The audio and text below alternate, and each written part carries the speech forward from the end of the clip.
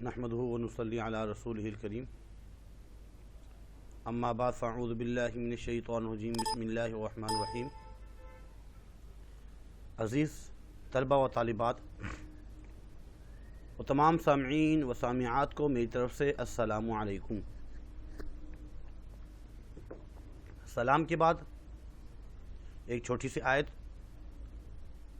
ربی زدنی علما ربی زدنی علما ربی زدنی علما، اے اللہ ہمارے علم میں اضافہ عطا فرما۔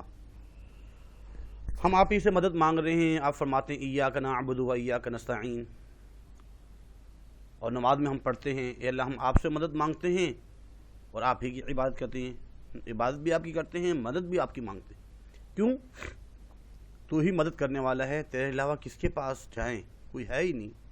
اے اللہ ہماری مدد فرما، تمام آفات سے حفاظت فرما، جو پڑھا جا رہا ہے صحیح طریقے سے پڑھنے کی توفیق عطا فرما، اور بورڈ کے پیپر میں بھی انہی میں سے آئے تاکہ آسانی سے ہم اس میں لکھ سکیں اور ہمارے اچھے نمبر آ سکیں۔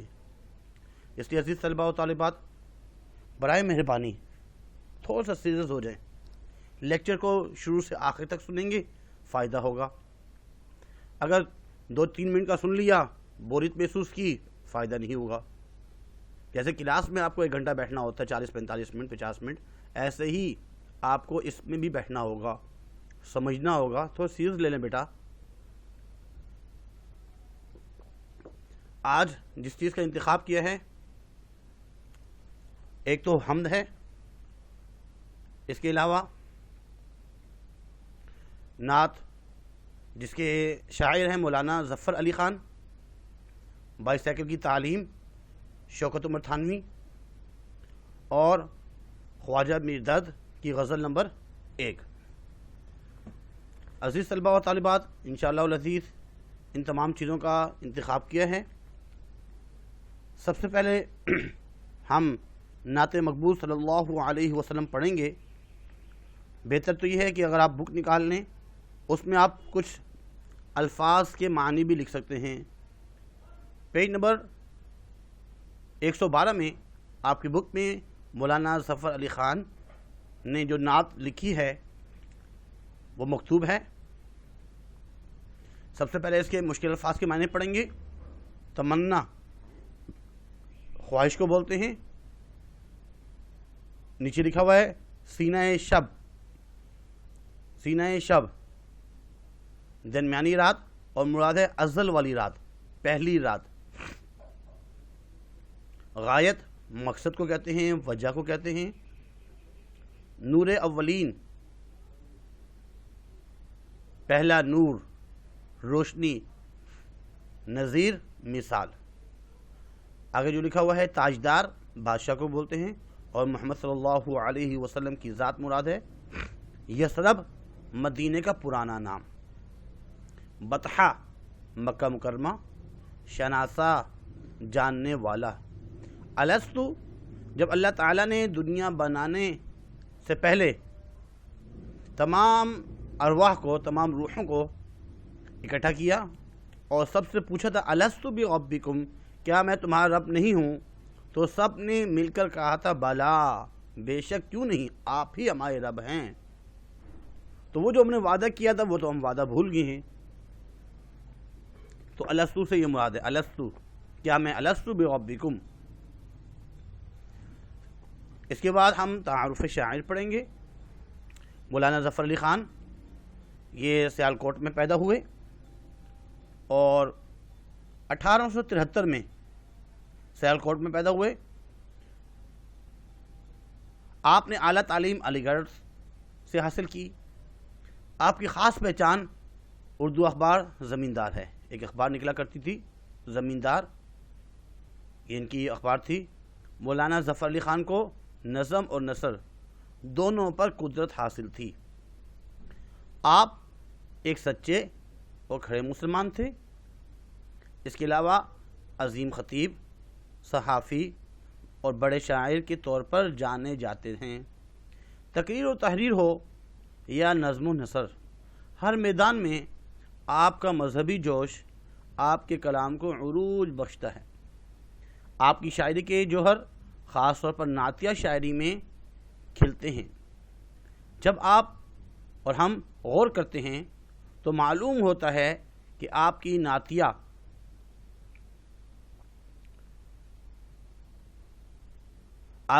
نعتیہ شاعری کا مرکز وہ عشق رسول صلی اللہ علیہ وسلم ہے، جس کے تحت آپ نے جو بھی کلام تحریر کیا لازوال ہے۔ آپ کا انتقال 1926 میں ہوا۔ اس کے بعد جو ان کے اخبارات ہیں زمیندار، ستارہ صبح اور دکن ریویو، لمحات، آفتاب شامل ہیں۔ بند نمبر 1، اس کے 3 ہی بند ہیں کیونکہ 2 اشعار ملا کر ایک بند بنایا جاتا ہے، اور برکت کے لیے طور پہ پڑھ رہے ہیں۔ اس کی بند کی تشریح بہت کم بورڈ کے پیپر میں آتی ہے اور نہ ہی مرکزی خیال آتا ہے، لیکن حمد اور نعت ہمارے نصاب میں شامل ہے، اس لیے اس کو ہم نے پڑھنا ہے۔ بند نمبر 1، دل جس سے زندہ ہے وہ تمنا تم ہی تو ہو، ہم جس میں بس رہے ہیں وہ دنیا تم ہی تو ہو، پھوٹا جو سینہ شب تارے الستو سے، اس نور اولین کا اجالا تم ہی تو ہو۔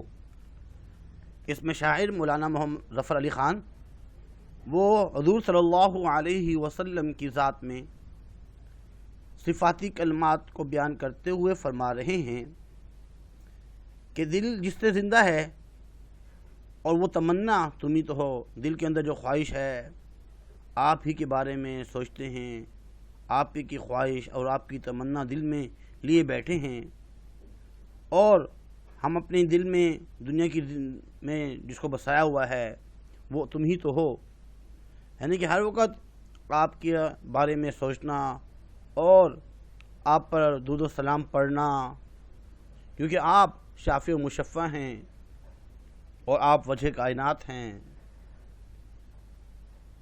اور میثاق یعنی کہ میثاق اول سے پہلے کی جو رات ہے، جو شروع کی رات ہے، اس دن جب اللہ تعالیٰ نے ہر چیز کو تخلیق کیا، پیدا کیا تھا اور پوچھا تھا کہ کیا میں تمہارا رب نہیں ہوں، سب نے کہا تھا رات جی ہاں، تو اسی دن جو ہے نکلا تھا جو سینہ شب تارے الستو سے، اسی نور اولین کا اجالا تم ہی تو ہو، یعنی اللہ تعالیٰ نے، یعنی کہ اس نور کا جو اجالا ہے وہ آپ ہی تو ہو۔ سب سے پہلے اللہ تعالیٰ نے آپ کو پیدا فرمایا، اور اس کے بعد آپ کے نور سے اللہ تعالیٰ نے ساری کائنات کے اندر روشنی بھر دی، اور جو میں پوری کائنات میں جو نور کی تجلی نظر آتی ہے وہ آپ ہی کے نور سے اللہ تعالیٰ نے جو ہے پیدا کیا ہے۔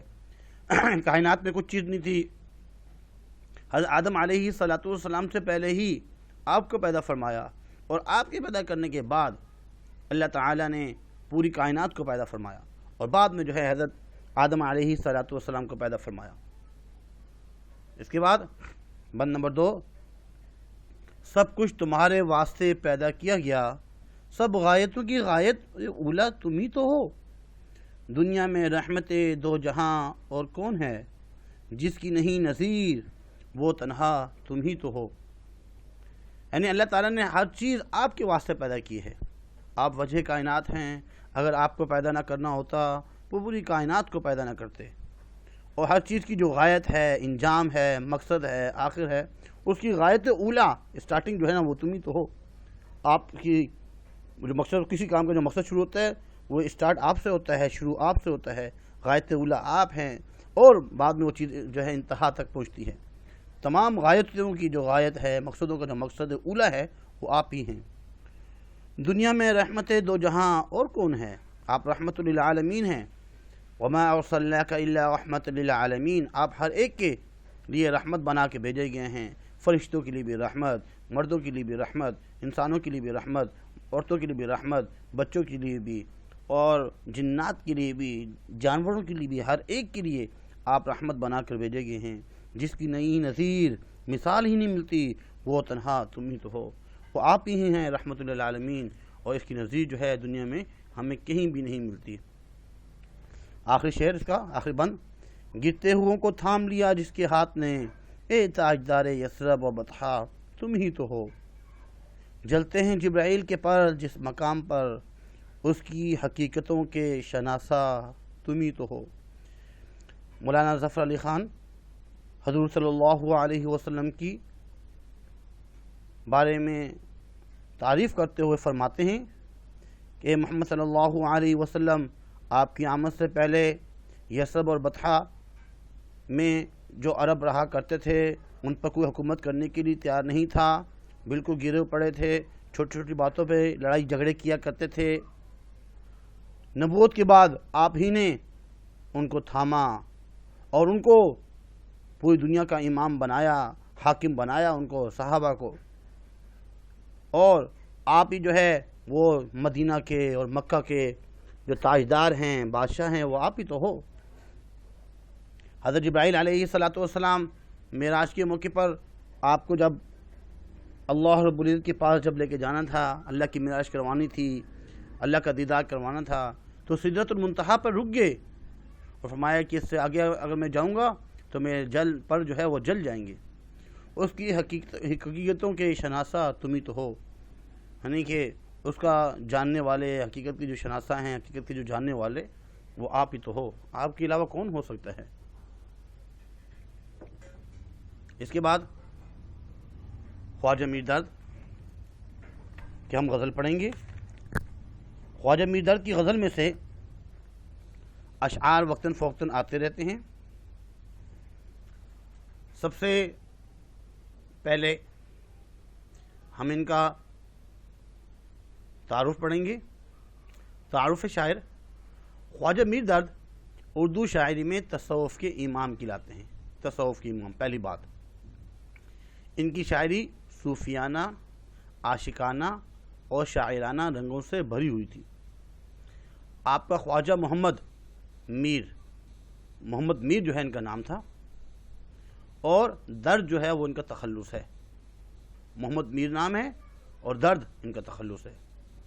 آپ دہلی میں پیدا ہوئے اور وہیں ساری عمر گزار دی۔ آپ اردو اور فارسی میں شاعری کرتے تھے۔ آپ کا ایک دیوان فارسی اور دوسرا اردو میں ہے۔ آپ اردو کے پہلے صوفی شاعر قرار پائے۔ پہلے جو صوفی شاعر ہیں وہ آپ ہی ہیں، اور آپ کی جو تصانیف ہیں اسرار الصلاۃ، درد دل، نالائے درد، آہ سرد خاص ہیں۔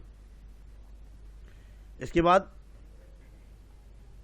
ہم اس کے جو الفاظ معنی ہیں: یک بار، ایک مرتبہ، منہ کرنا، دیکھنا، خاک مٹی کو کہتے ہیں، صبا، باد صبا صبح کی ہوا کو کہتے ہیں، در بدر ادھر ادھر پھرنا، چشمے اشکبار رونے والی آنکھیں، ننگے خلق لوگوں کے لیے باعث شرم، خدائی دنیا کو کہتے ہیں، شبنم صبح کی اوس، واعظ نصیحت کرنے والا، واس کرنے والا، گریا رونا دھونا، اہو بکار، تخم بیج، گلزار باغ، ظاہر زمانے کو بھی کہتے ہیں اور دنیا کو بھی، معرفت اللہ کو جاننا۔ یہ غزل ہے: دنیا میں کون کون نہ یکبار ہو گیا، پر منہ پھر اس طرف نہ کیا اس نے جو گیا۔ اس غزل کو ہم ابھی اس کی تشریح پڑھتے ہیں۔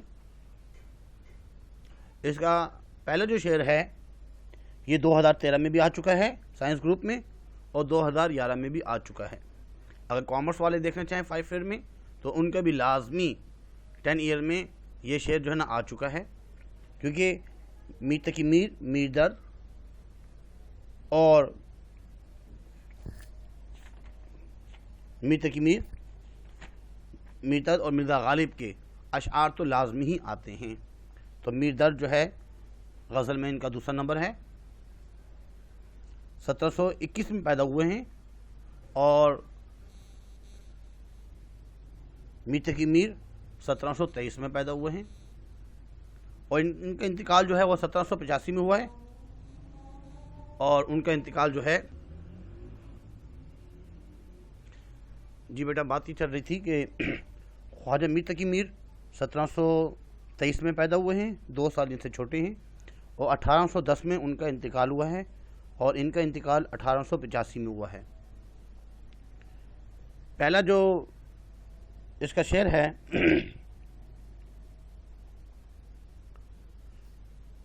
یہ 2013 میں اور 2011 میں آ چکا ہے۔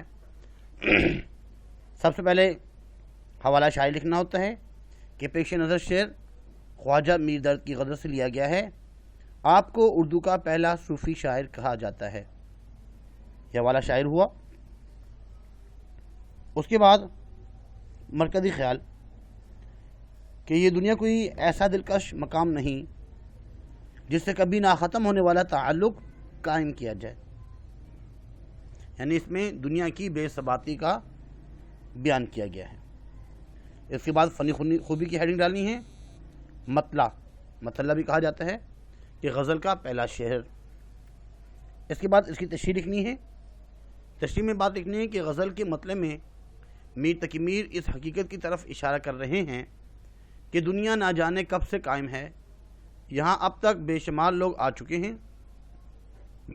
یہ لوگ مختلف حیثیتوں کے مالک تھے، کوئی امیر، کوئی غریب، کوئی بادشاہ، کوئی فقیر، لیکن ایک حقیقت ایسی ہے جس سے انکار ممکن نہیں ہے، اور وہ یہ ہے کہ جو بھی اس دنیا میں آتا ہے اس کی خوبصورتی سے متاثر ہو کر ہمیشہ رہنے کے لیے خواہش کرتا ہے اور کسی کا جانے کو جی نہیں کرتا۔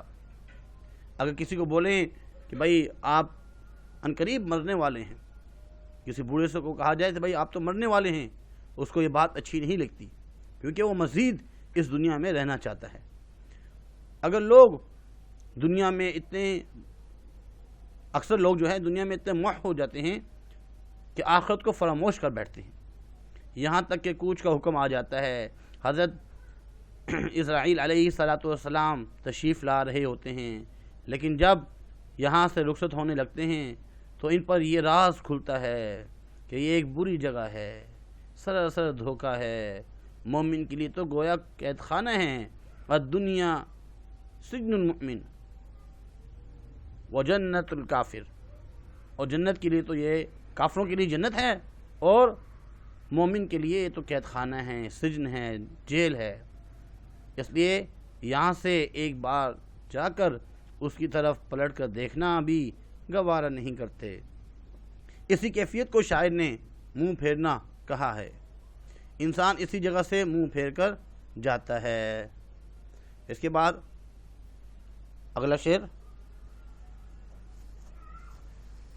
پھرتی ہے، یہ جو شعر ہے 2019 میں آیا ہے۔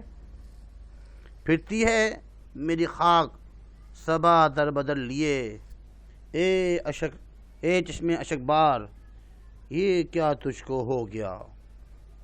اس میں سب سے پہلے آپ نے حوالہ شاعر لکھنا ہے۔ اگر پہلے شعر جو بھی ہم نے پڑھا اس کا اگر مماثل شعر اگر آپ کو آتا ہے وہ لکھ لیں تو آپ کو فائدہ ہے اور اس کے اچھے نمبر ملتے ہیں۔ دنیا بری جگہ تھی کچھ اتنی کہ اس میں لوگ ایک بار آ گئے تو دوبارہ نہ آ سکے۔ شعر نمبر 2، سب سے پہلے حوالہ شاعر لکھیں گے، پیش نظر شعر خواجہ میر درد کی غزل سے لیا گیا ہے، آپ کو اردو کا پہلا صوفی شاعر کہا جاتا ہے۔ مرکزی خیال میں لکھیں گے، شاعر نے اپنی بربادی اور محرومی کے احساس کو ظاہر کیا ہے۔ اس کے بعد مشکل الفاظ کے معنی اس میں لکھیں گے، ایک لکھا ہوا ہے صبا،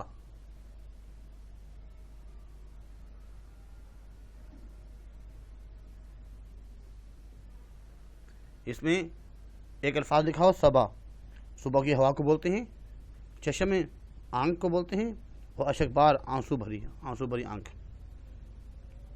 اور فنی خوبی کے اعتبار سے اس میں کچھ بھی نہیں ہے، اس لیے فنی خوبی اس کی نہیں لکھنی۔ تشریح میں لکھیں گے کہ میر درد اس شعر میں اپنی آنسو برساتی آنکھوں سے مخاطب ہیں وہ کہتے ہیں کہ اے آنکھوں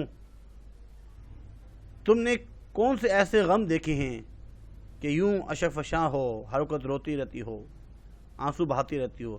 دراصل دہلی اس وقت بربادی کی تصویر بنا ہوا تھا اور اس کے رہنے والے رنج و غم برداشت کر رہے تھے۔ ان میں میر درد خود بھی شامل تھے۔ داخلی اور خارجی اثرات نے میر درد کے دل کو اس قدر بے چین کیا کہ بے اختیار ان کی آنکھوں سے آنسوں کی جھڑی لگ گئی۔ یہاں شاعر تجاہل عارفانہ سے کام لے کر سوالی انداز اختیار کر رہے ہیں، یعنی کہ جانتے بھی ہیں اور خود تھوڑی دیر کے لیے جو ہے نا وہ جائز سے بنے ہوئے ہیں، اس کو بولتے ہیں تجاہل عارفانہ، جاننے کے باوجود بھی جو ہے ناسمجھ اور جہل سے کام لے رہے ہیں اور یہ انداز اختیار کیا ہوا سوالی انداز سے، حالانکہ انہیں معلوم ہے کہ ان کی آنکھوں میں یہ آنسو کیوں آتے ہیں، کیوں آ رہے ہیں۔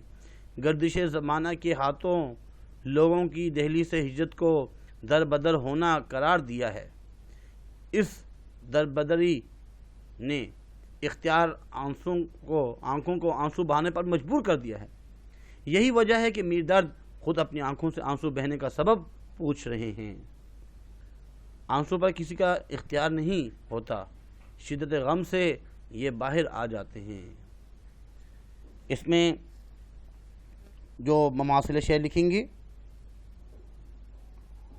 وہ یہ لکھیں گے، محبت میں ایک ایسا وقت بھی دل پر گزرتا ہے، محبت میں ایک ایسا وقت بھی دل میں گزرتا ہے کہ آنسو خشک ہو جاتے ہیں طغیانی نہیں جاتی، کہ آنسو خشک ہو جاتے ہیں طغیانی نہیں جاتی۔ اس کے بعد شعر نمبر 3، طوفان نوح نے تو ڈبوئی فقط زمین، طوفان نوح نے تو ڈبوئی زمین فقط، میں ننگے خلق ساری خدائی ڈبو گیا۔ اس میں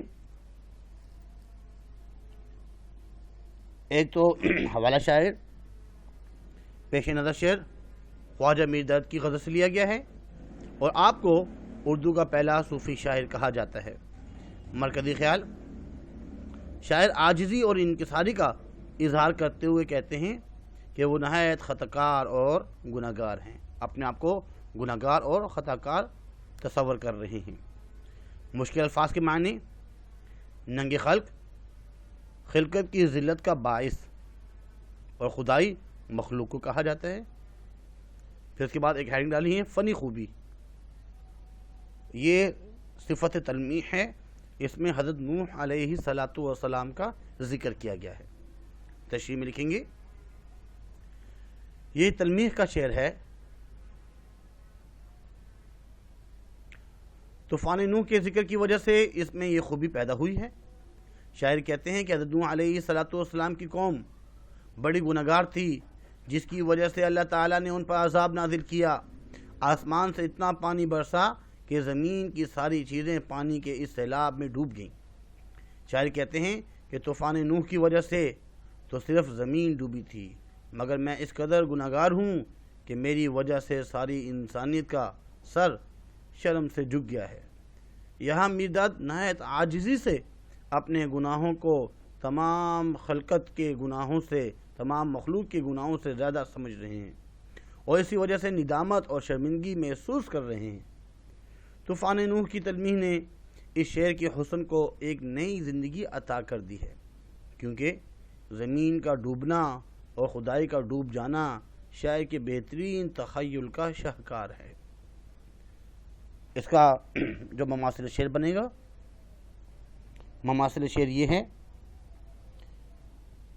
میں ہوں وہ ننگے خلق کہ کہتی ہے مجھ کو خاک، میں ہوں وہ ننگے خلق کہ کہتی ہے مجھ کو خاک، اس کو بنا کے کیوں میری مٹی خراب کی۔ اس کے بعد اگلا شعر پیش نظر ہے۔ طوفان نوح والا جو ہے یہ 2012 میں، یہ جو شعر ہے 2012 میں بھی آ چکا ہے سائنس گروپ میں، 2010 میں بھی آیا ہے اور 2015 میں بھی آیا ہے۔ اور ایسے ہی کامرس گروپ میں بھی آتا ہی رہتا ہے۔ اب جو ہم پڑھ رہے ہیں، اچھا طوفان نوح والا 2006 میں بھی آ چکا ہے غالباً۔ اب ہم جو پڑھ رہے ہیں، واعظ کسے ڈراوے ہے یوم حساب سے، گریا میرا تو نامہ اعمال دھو گیا۔ تھوڑا سا ایک اور چیز عرض گوشوار کرنا چاہوں گا، شعر نمبر 1 جو ہے، تھوڑا سا اس کو دیکھتے ہیں۔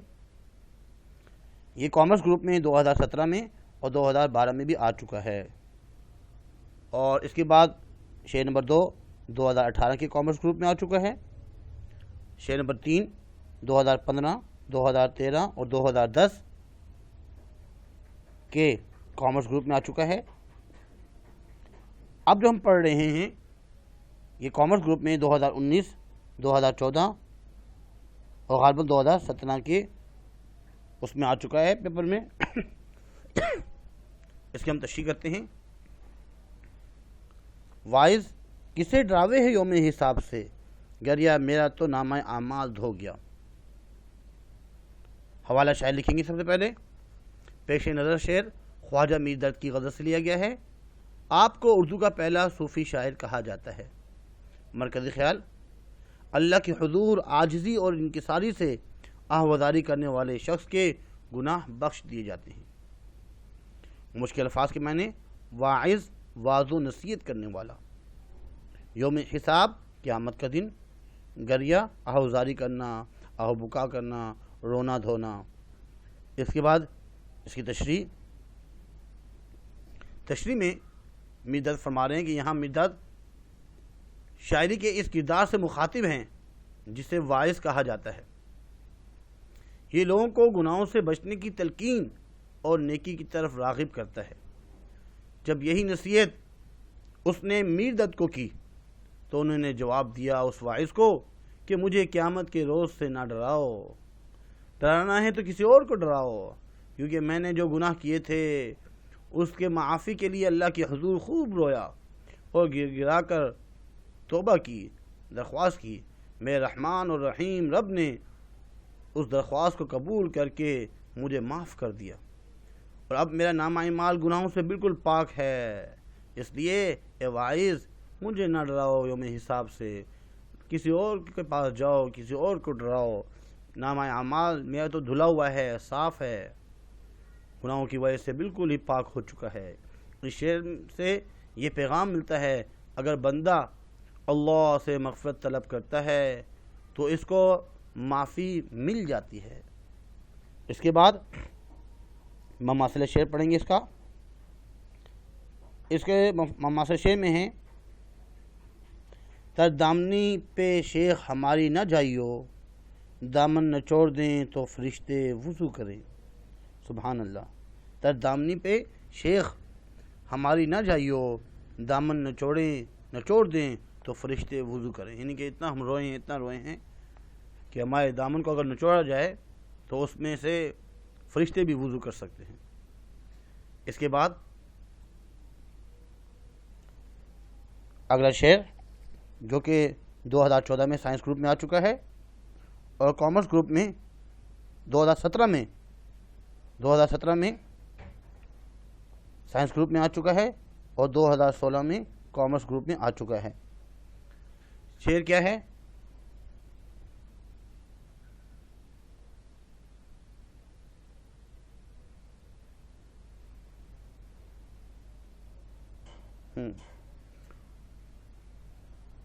پھولے گا اس زمان میں گلزار معرفت، یہاں میں زمین کا شعر میں یہ تخم بو گیا۔ زمین شعر کا مطلب ہوتا ہے شاعری کی زمین، گلزار معرفت کا گلزار، اللہ کی معرفت کا باغ، اور تخم بیج کو کہتے ہیں۔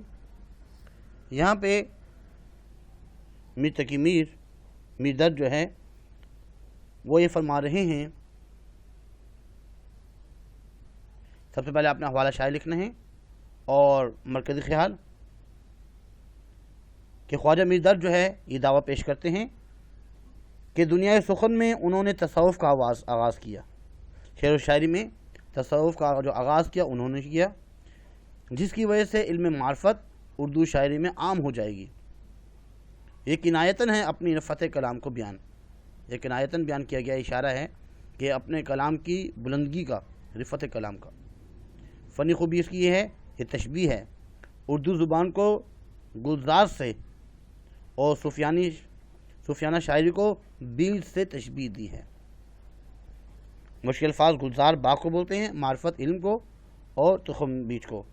یہاں پہ کہنا چاہ رہے ہیں کہ اردو شاعری کے اندر میں نے تصوف کا بیج بو دیا ہے، اور میرے بعد جو ہے نا بہت سے لوگ جو ہے وہ انشاءاللہ شعر و شاعری کریں گے اور اس میں تصوف کی باتیں لکھیں گے۔ اس کے بعد میر تقی میر اور بھی بہت سے جتنے بھی شعراء ہیں انہوں نے تصوف کی بھی جو ہے شاعری کی ہے، ایسے غزلیں لکھی ہیں جس میں حقیقی معنی پائے جاتے ہیں۔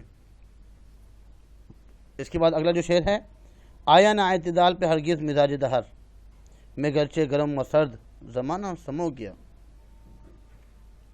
اس میں میر درد حوالہ شاعر سب سے پہلے لکھنا ہے آپ نے، حوالہ شاعر کے بعد فنی خوبی اس کی صنعت تضاد ہے، کیونکہ اس میں گرم اور سرد دونوں چیزیں پائی جا گئی ہیں، تضاد ہے، ضد۔ مشکل الفاظ کے معنی اعتدال درمیانی راہ، دہر زمانے کو کہتے ہیں، اور گرم و سرد برا بلا، نشیب و فراز۔ میر درد کے دور پر، ان کے دور میں آشوب دور تھا، بہت مشکل والا دور تھا۔ شہر کی تباہی، دلی شہر کی تباہی اور بربادی نے ہر خاص و عام کو متاثر کیا ہوا تھا۔ میر درد کہتے ہیں کہ میں نے لوگوں کو خوش کرنے کی بہت کوشش کی، مگر میرے تجربے نے مجھے یہ بتایا کہ یہ زمانہ کسی کا بھی نہیں ہو سکتا۔ مشکل وقت آئے تو اپنے بھی ساتھ چھوڑ جاتے ہیں۔ گرم و سرد سے میر نے صنعت تضاد قائم کی ہے۔ وہ کہتے ہیں کہ میں نے دنیا میں رہ کر اچھے اور برے حالات کا سامنا کیا ہے، اسی طرح باقی لوگ بھی اس مرحلے سے گزرے، مگر انہوں نے کوئی سبق حاصل نہیں کیا۔ میں نے تو زندگی اور معاشرے کے مختلف رنگ دیکھے ہیں، دنیا کے نشیب و فراز کا مشاہدہ کیا، لوگوں کی اچھائی اور برائی دونوں کو پرکھا۔ گویا شاعر یہ کہنا چاہتا ہے کہ اس نے تو زمانے کے ہر رنگ کو جھیلا ہے، مگر زمانہ اور یہ دنیا اور اس کے لوگ ان تبدیلیوں سے سبق حاصل نہ کر سکے، اور آج بھی اپنے جذبات کی انتہائیوں کے ساتھ جی رہے ہیں۔ ان میں اعتدال نام کی کوئی چیز پیدا نہ ہو سکی۔ اس کے بعد آخری جو شعر ہے جو کہ مقطع ہے، اے درد جس کی آنکھ کھلی اس جہاں میں، شبنم کی طرح وہ اپنی رو گیا۔ حوالہ شاعر لکھتے ہیں مرکزی خیال میں کہ دنیا کی رونقیں اور تمام معاملات انسان کی وجہ سے ہیں، اور دنیا کا وجود انسان کے لیے ایک امتحان ہے۔ فنی خوبی اس میں تشبیہ بیان کی گئی ہے کہ زندگی کے اختصار کو شبنم سے تشبیہ دی، جیسے شبنم جو ہے نا اوس جو پڑتی ہے اور وہ ایسی فوراً گر جاتی ہے، ختم ہو جاتی ہے، ایسے ہی ہماری زندگی بھی جو ہے بہت ہی مختصر ہے، اختصار کو بیان کیا گیا ہے۔ اس میں بتانا چاہ رہے ہیں کہ شاعر فرما رہے ہیں، یہاں پہ شاعر نے صوفیانہ انداز میں انسانی زندگی کی تصویر کھینچ کشی کی ہے، اور درد کہتے ہیں کہ دنیا میں جب کوئی آتا ہے تو اس کی پیدائش پر بہت خوشیاں منائی جاتی ہیں، مٹھائیاں تقسیم ہوتی ہیں، شکرانے کے نوافل ادا کیے جاتے ہیں، اور خاندان میں مسرت کی لہر دوڑ جاتی ہے۔ آپ نے انسان کی اس دنیا میں آمد کو شبنم سے تشبیہ دی، شبنم کی طرح۔ شبنم جب رات کو پھولوں پر پڑتی ہے تو درخت اور پتے چمک اٹھتے ہیں، گلشن میں ہر طرف اجالا پھیل جاتا ہے، اور پورا چمن جو ہے وہ مہک اٹھتا ہے خوشبوؤں سے، روشنی سے۔ یہی حال انسان کا ہے، اس دنیا کی آمد کے ساتھ ہی وہ پرمسرت اور شادمانیوں سے کرتا ہے، اس کا آغاز کرتا ہے، اور انسانوں کی بستی کو رنگین بنا دیتا ہے، اور آہستہ آہستہ وہ جو شبنم کی کچھ لمحوں کے بعد جو ہے وہ دھوپ کی سختی کا مقابلہ کرتے ہوئے آخرکار فنا ہو جاتی ہے۔ اسی طرح انسان کا وجود جو ہے وہ بھی ختم ہو جاتا ہے، انسان کو بھی فنا ہو کرنا ہے۔ اس کے بعد ہم نے جو پڑھنا ہے وہ بائسیکل کی تعلیم۔ بائک سائیکل کی تعلیم جو ہے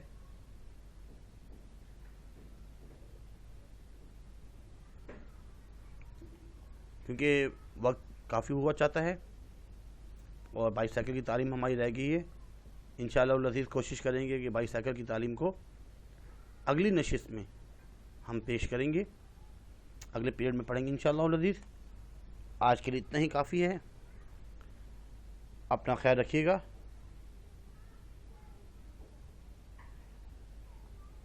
وما علینا الا البلاغ، جزاکم اللہ خیر فاحسن الجزاء۔